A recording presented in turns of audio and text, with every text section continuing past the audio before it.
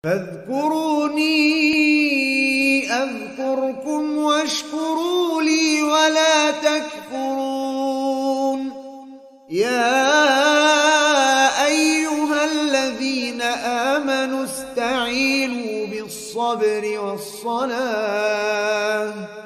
إن الله مع الصابرين. Ancaman yang mengajak orang untuk melakukan pendangkalan ideologi.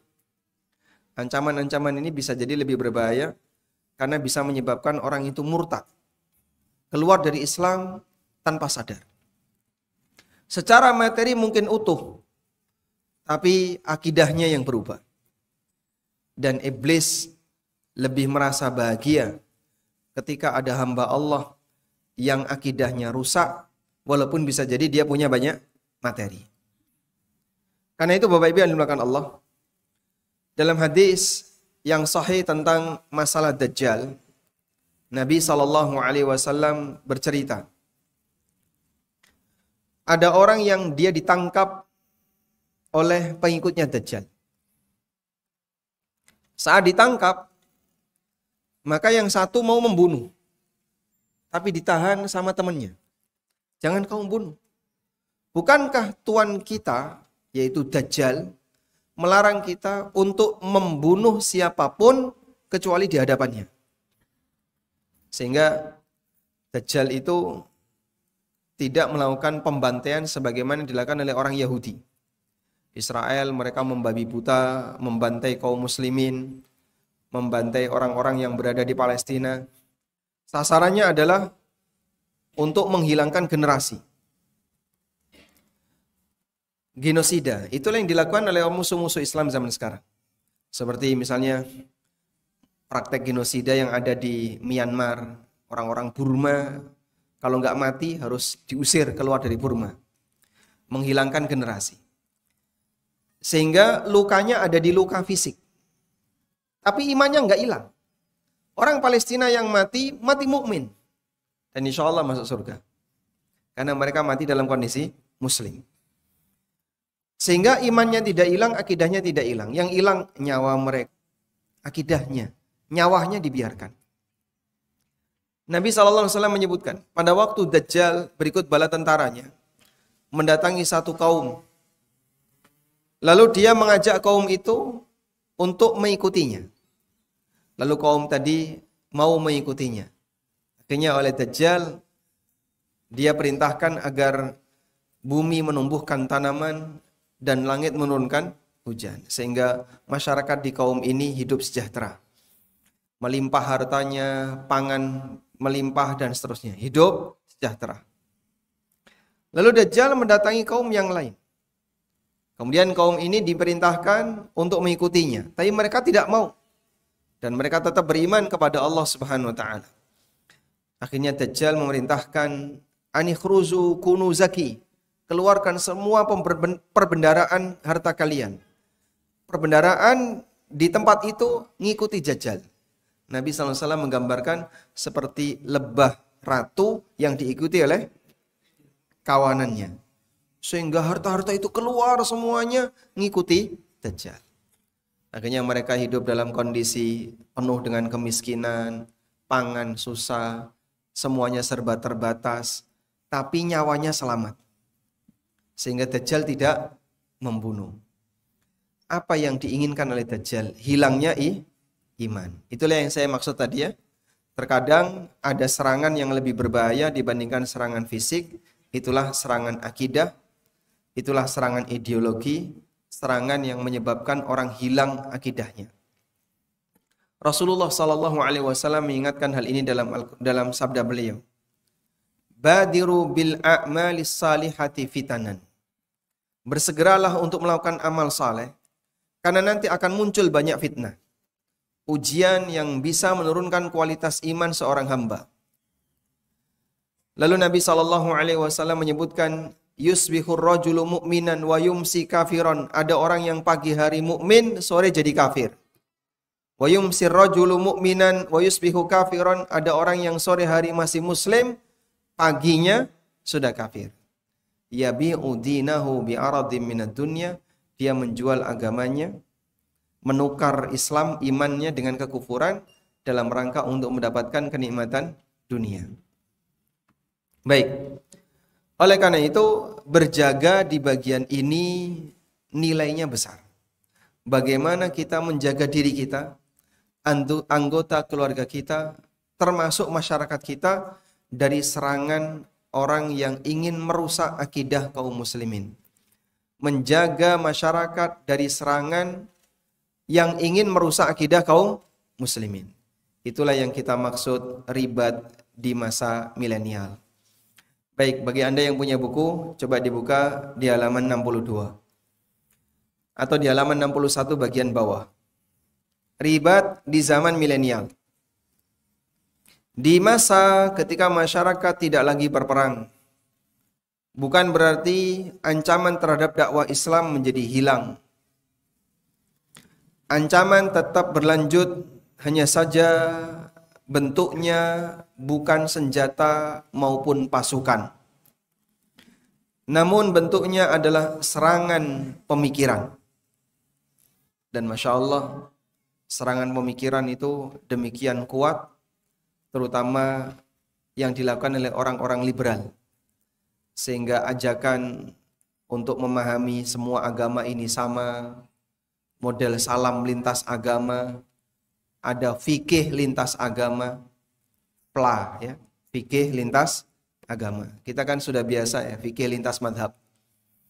Ada fikih lintas agama. Gimana sih cara berdoa yang meramu semua bentuk doa? Jadi cara doa orang Islam tuh kayak gini. Kalau orang Nasrani seperti ini. Kalau orang Buddha seperti ini, orang Hindu seperti ini. Terus diramu. Ramuan itu jadi cara doa baru. Fikih lintas agama. Dan mungkin sekitar tahun awal-awal 2000-an ada pondok pesantren yang mengembangkan fikih lintas agama. Baik. Itulah yang kita maksud serangannya pada serangan apa, Pak? Pemikiran. Mereka tidak menggunakan senjata atau pasukan. Mereka bentuknya bukan serangan yang menyimpang serta menjaga ideologi yang tersebar di kalangan umat, ideologi Islam, agar tidak terkontaminasi dengan aneka penyimpangan pemikiran. Hakikat dari tindakan semacam ini adalah ribat di era milenial. Sehingga dia jelaskan kepada masyarakat gimana akidah yang lurus. Dia jelaskan kepada masyarakat bagaimana pemahaman yang benar. Karena kalau pemikiran menyimpang itu dibiarkan, nanti akan jadi racun yang dia bisa menyusup ke semua lapisan masyarakat. Dan itu proyek jamaah. Itu proyek. Ada salah satu guru kami, beliau alumni Mesir. Beliau ini punya seorang teman yang kuliah di Mesir. Tapi guru kami Mesir kemudian pindah ke Madinah. Punya teman yang kuliah sampai lulus di Mesir. Jadi ini teman yang kuliah di Mesir ini sempat belajar kepada tokoh liberal di Mesir. Saya dulu sempat membaca sebagian dari sinopsis pemikirannya. Mungkin Bapak Ibu kenal ya, namanya Hasan Hanafi. Terkenal sekali di dunia orang liberal. Zaman saya SMA ada buku judulnya Pemikiran Hasan Hanafi, dan saya sempat membaca buku itu. Hasan Hanafi ini liberalnya Mesir. Dia terpengaruh dengan Hasan Hanafi, akhirnya jadi tokoh liberal di Indonesia. Dia dapat proyek untuk nulis yang isinya mengkritisi agama Islam. Pokoknya gimana caranya agar Islam itu dikritik. Jadi yang dikritik ajaran Islamnya, bukan sikap kaum muslimin. Kalau ada orang muslim yang salah dikritik itu hal yang biasa. Tapi yang dikritik apa? Ajaran Islamnya. Misalnya menggugat keautentikan Quran. Quran itu nggak otentik. Atau menggugat tentang keabsahan hadis. Hadis itu nggak sahih, nggak valid. Masa berusia 1400 tahun masih bisa bertahan? Itu nggak mungkin, pasti akan ada perubahan. Sehingga gimana caranya dia menanamkan kepada masyarakat bahwa Islam itu bukan satu-satunya agama yang mutlak benar. Dibuat ragu masyarakat. Itu proyeknya. Akhirnya diingatkan sama guru kami yang lulusan Madinah, karena dulu satu pondok. Kamu kenapa nulis seperti itu? Terus dia bilang, bayarannya mahal. Kita nggak boleh menukar iman dengan harga yang murah. Dunia seisinya itu murah. Apa dia bilang? Yang dilarang oleh Allah kan, wala tashtaru bi ayatillahi thamanan qalila. Jangan kau menjual ayat Allah dengan harga yang murah. Ini harganya mahal. Dibayar pakai apa? Dolar. Yang dilarang itu jangan menjual ayat Allah dengan harga yang murah. Ini dijual dengan harga mahal. Bayarannya apa? Dolar. Dan tulisan itu makin viral, makin besar harganya. Sehingga memang proyek orientalis untuk mengacaukan akidah masyarakat daerah timur, caranya adalah dengan menggunakan corong-corong orang liberal. Gimana caranya biar dia bisa viral, kemudian bikin onar di masyarakat, dan seterusnya. Dan itu harganya mahal. Itu harganya mahal. Baik. Ada, mungkin Bapak Ibu kenal Pak Hartono Ahmad Jais. Kenal? Nama itu kenal ya? Itu kan beliau yang sering membantah orang-orang liberal dan beliau punya banyak buku isinya bantahan-bantahan untuk orang liberal.